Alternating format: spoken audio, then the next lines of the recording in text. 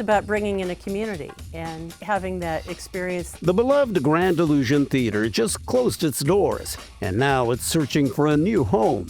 We take a look at what's made this small space a huge favorite among Seattle's most passionate movie lovers. You are conveying their stories using the medium of comics. And meet the comics journalists who illustrate difficult healthcare cases at the Seattle King County Clinic. I mean, it's the biggest video store on planet Earth. Scarecrow Video is the place for hard-to-find movies and videos.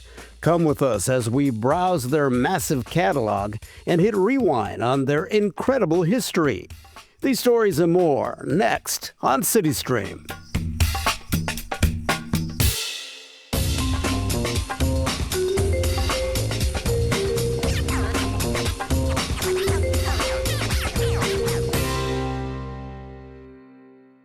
Hi, I'm Enrique Cerna. Welcome to CityStream from MoPOP.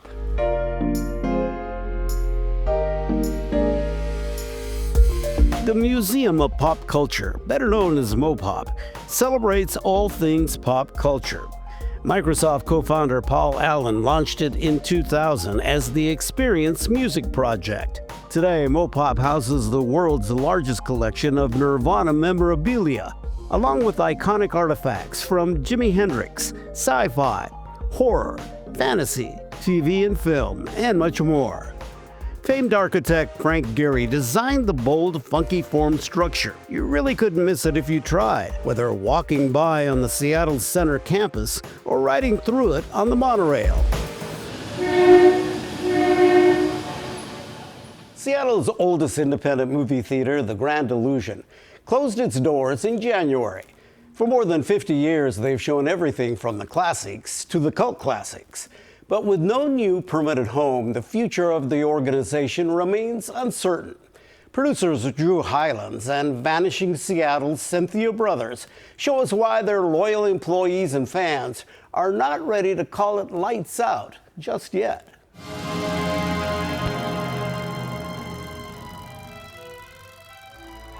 The Grand Illusion Cinema, it's a small nonprofit volunteer-operated movie theater in the U District. It was started in 1970 by a guy named Randy Finley, and it was called the Movie House back then, and he kind of recognized, oh, there needs to be a spot for students to come see movies. It was kind of like he saw an opportunity, I guess, with the market to be like, oh, I can show these movies that like nobody else is showing. And Randy operated it probably until like the late 70s, and I think that's when it became the Grand Illusion, and that's when Paul Doyle took over and renamed it the Grand Illusion. It's about bringing in a community and having that experience that you're not going to get it with streaming. You will only get it with a room full of people. And it's just big enough to be a home. What is great about the Grand Illusion, what was great about the Grand Illusion, it's its intimacy, because it's so small. There's like 68 seats in the place. Yeah, it's a small screen, but there's not a bad seat in the house, and you're in the movie, and you're experiencing it in a close proximity to the rest of the audience. I came here in 1977 as a student at the University of Washington, and this was the very first cinema in Seattle I came to, and I loved it. And they also showed very special movies from all over the world, which was already hard to find in the US at that time. I think we just bring, a huge sense of community, and to replay a lot of movies that don't get like huge distribution, so people they will come here specifically to see it. We're not really tied to the new releases, the Hollywood blockbusters or anything like that, so we can show older repertory films, classic stuff, new foreign and independent things all the time. There's Kung Fu Clubhouse, there's VHS Uber Alles, which they have their own little scene that they bring it here, and people come here to enjoy it. I think it's a space where people can really enjoy like the full spectrum of really highbrow and really lowbrow, which always existed, but I feel like it really thrives. What I think the thing has changed is just the audience has really grown, and we have a lot of loyal people. I've been sitting out here since 4 o'clock, hoping to get a ticket. I was foolish and did not purchase my ticket ahead of time, so I'm participating in the Grand Illusion's time-honored tradition of the standby line.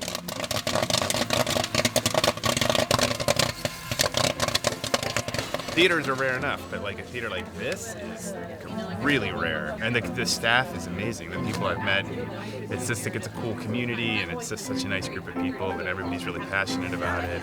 It's amazing. I love this theater. That's about, being in community with other people who are interested in the same kinds of things, and actually standing in line and talking with my neighbors in line was a huge part of it. Some of the first most interesting movies I saw here.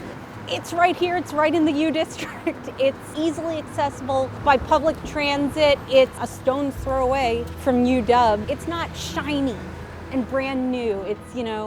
It's wonderfully scuffed up. It's like a comfortable pair of jeans. That's something that I'll miss about having the Grand Illusion be here. Well, it's such a funky building, and I spent so much time here, and like there's weird crawl spaces and things like that. In the booth, like the walls are covered with stuff I hung up while I was here projecting. It's a lot of pictures, it's a picture of me and Quentin Tarantino standing in front of the Grand Illusion, so had a lot of good times here. That's kind of the name of the game around here. It's just like random stuff, nobody knows where it came from. I mean, it's one of my favorite spots, to ever hang out in. Yeah, you just kind of absorb it all the weird stuff hanging all over the place. And I mean, it's still, it's just a little room, but like hard to imagine a new place having the soul of it. It's like a place you kind of want to show somebody if they've never been here for the first time. You want to be like, oh, you should check out the booth, because it's like really cool in there. There's all this stuff on the walls and this big machinery and stuff like that. But I would say it's like where the magic happens, Talking about the building and law. I know very well what you're talking about. This week's probably been a little harder, just knowing that the end is near and all that kind of stuff. But it's not like there's like some good stuff happening, so I know it's not the end of it. It's mostly just kind of like, oh, there's a lot of memories here, a lot of connections with people and just the routine of it, I guess, But yeah, definitely getting to me a little bit that it's kind of coming to an end, at least at this location, to say bye to it all. Hey everybody, thanks for being here for our final night of shows here at 1403 Northeast 50th Street.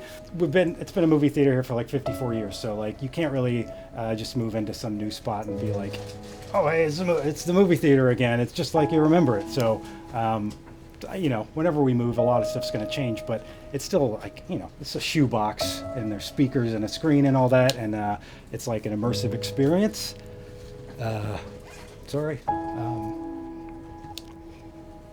But yeah, the plan has always been to move the theater, and yeah, I appreciate everybody being here, and we'll get the show on the road. So thanks.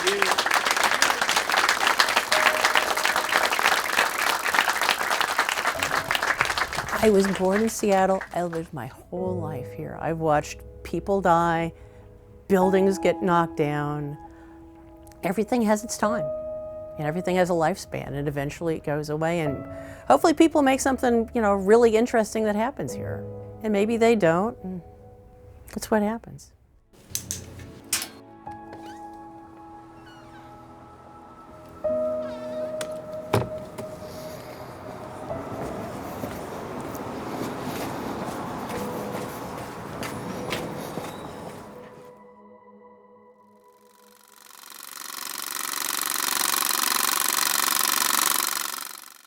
The Grand Illusion is still active with their membership, special pop-up screens around Seattle. To learn more about what is screening, where and when, and dates on a possible new home, visit grandillusioncinema.org. Since we're here, we thought we'd give you a little look around MoPOP. This particular section has over 150 artifacts from sci-fi movies and TV shows. Just the other weekend, they had a special May the 4th event celebrating the Star Wars franchise. There was cosplay, family activities, and lots of genuine artifacts from the films. Next, telling serious stories through comics. Meet the comics journalists of the Seattle King County Clinic as CityStream continues. We are are the everyday storytellers of this great city. We are Seattle Channel, a gateway to everything Seattle. The intersection between government, culture, news, and the ever-unfolding story of the city we call home. So follow your curiosity and come explore Seattle with us. Seattle Channel.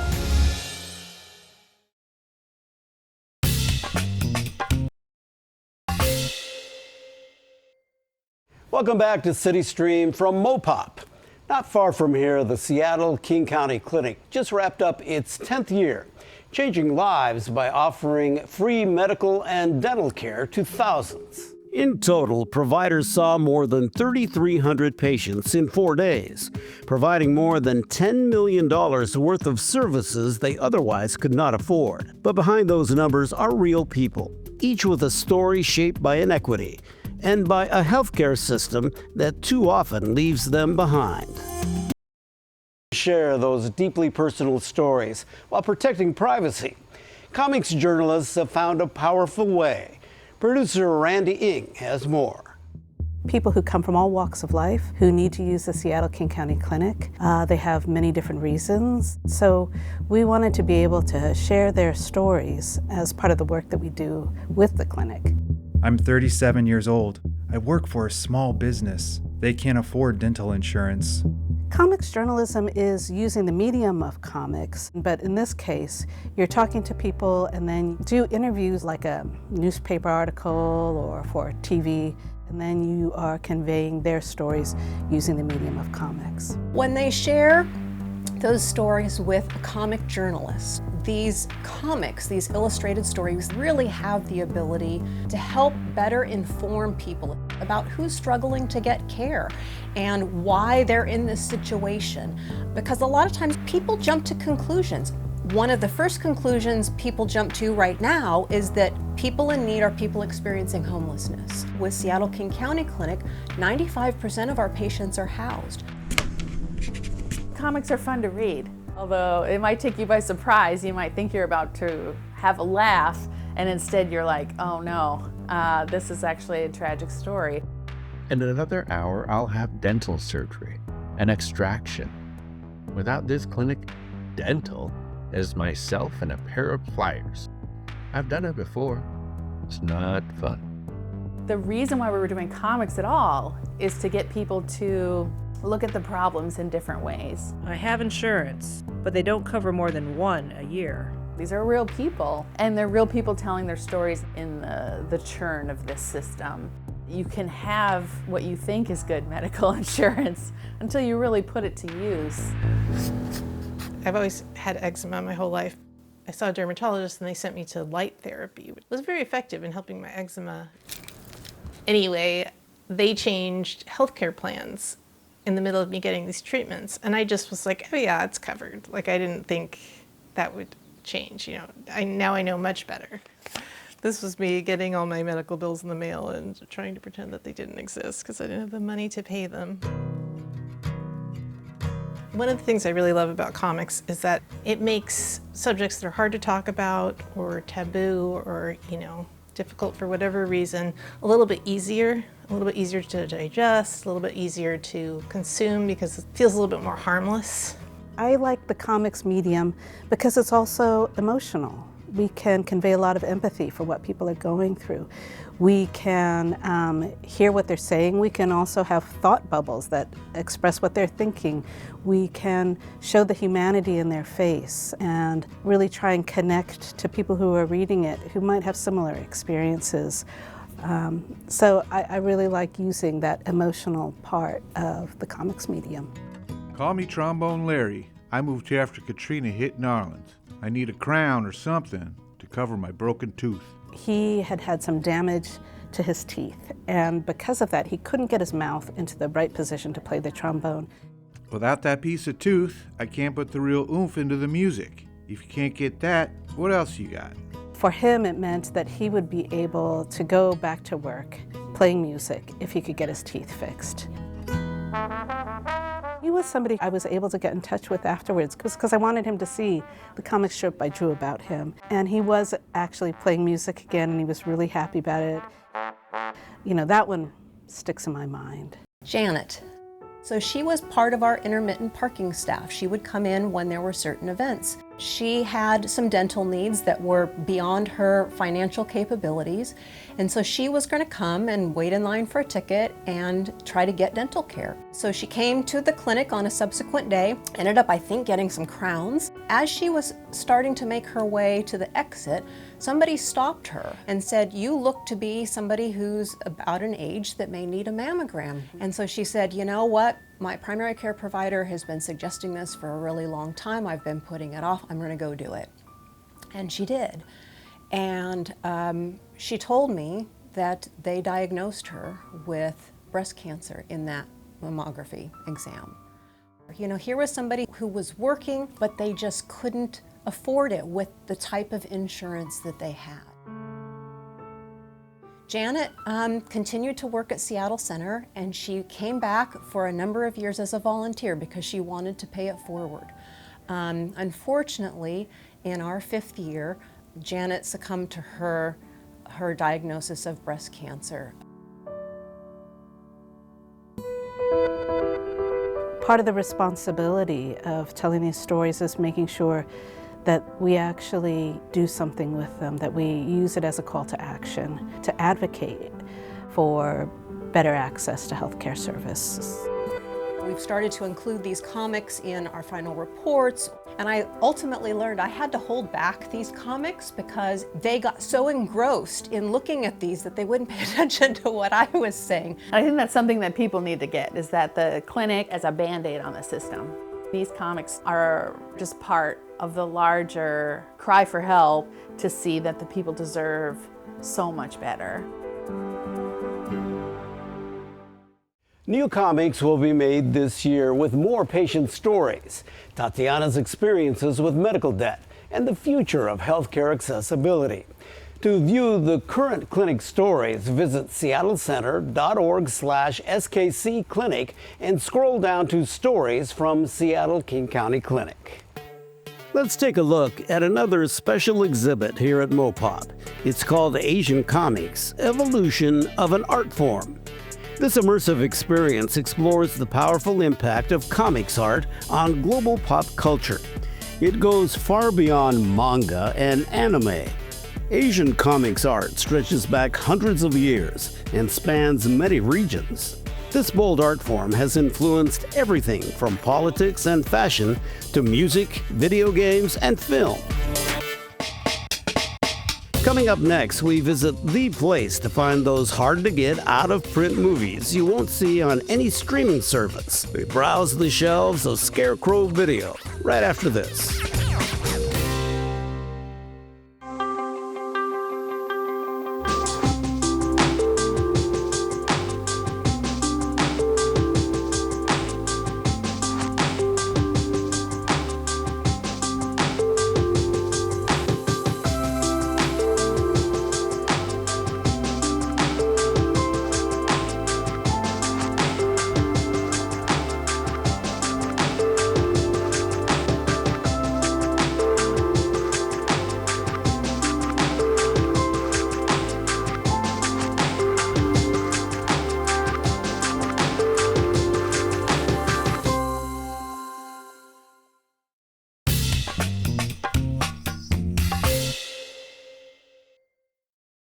Welcome back to CityStream from MoPOP, the Museum of Pop Culture.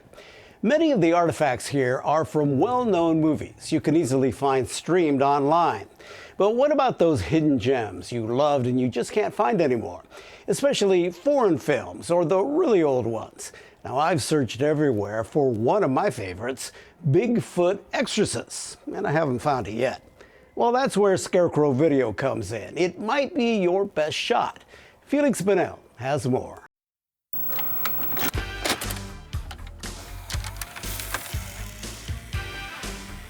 All right, well, over here you've got all the used and new stuff for sale. A lot of people sort of forget that we get new releases a lot. Matt Lynch works at Scarecrow Video on Roosevelt. He's been there since 2003. The job at that point was mostly renting people movies and putting the movies back on the shelves when they come back. And so most of what you do all day is have a big stack of movies under your arm, and you have to learn where everything is, or else it's going to take you forever to put it all away.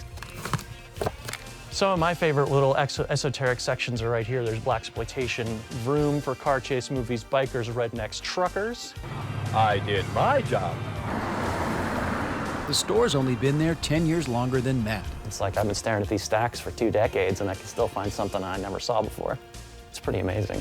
There aren't too many video stores left in Seattle, or really anywhere these days.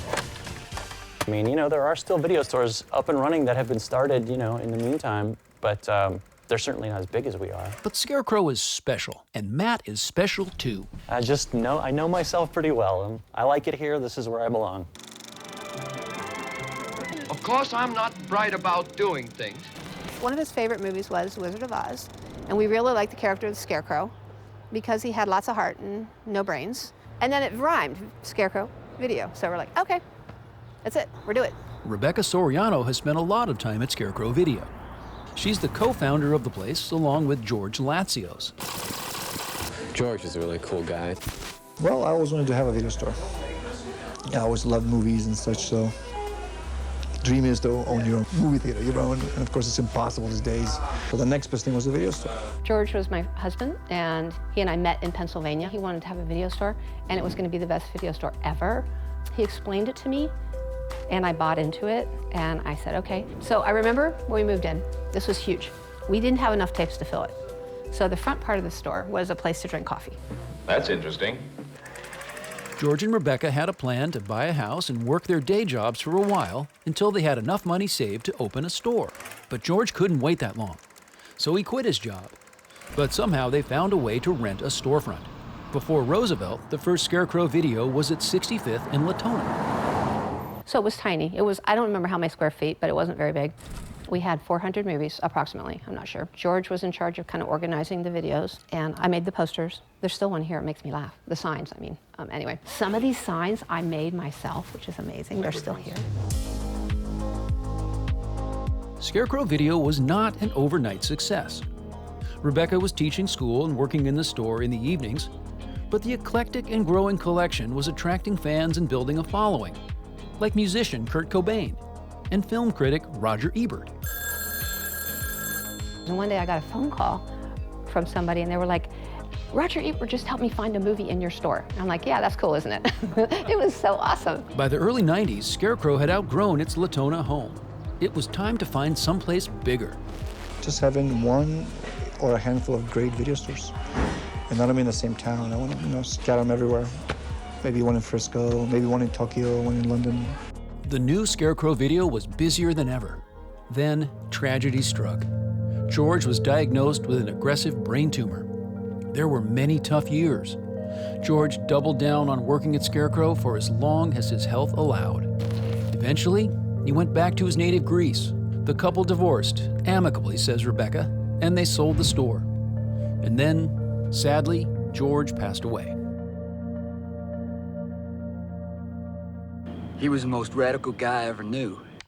We had various people who wanted it, and then we had 2 people who came in who were film buffs. They were also Microsoft employees, and they had the money to buy it. We lucked out, totally lucked out. It could have been a disaster.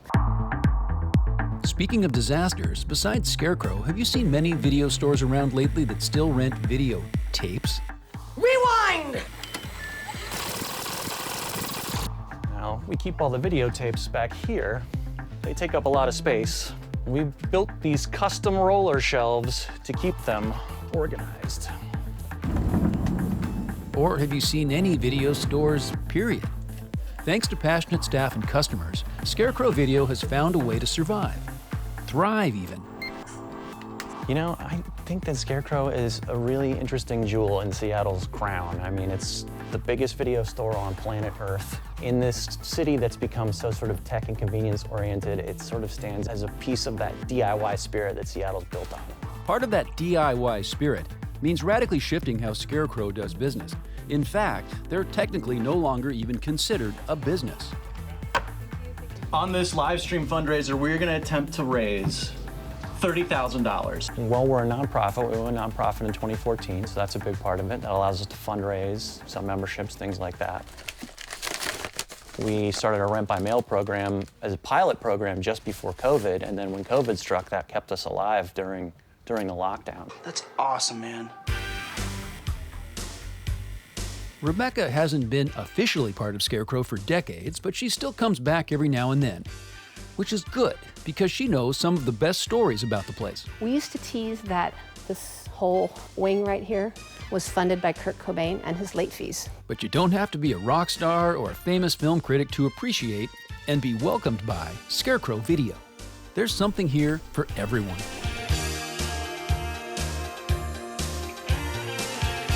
To me right now it's overwhelming because I'm walking down the aisles and it's so much more than I remember, and it's like I could spend hours in here. I just don't even know where to start. But I didn't scare you? Scarecrows don't bring the crows, they chase them away. Even though George is gone and the video rental business has disappeared from nearly everywhere else, people keep coming back to Scarecrow to celebrate George's legacy and to rent some pretty great movies too. That's a wrap. Since this feature originally aired, Scarecrow Video has received enough donations to keep the lights on for another 2 years.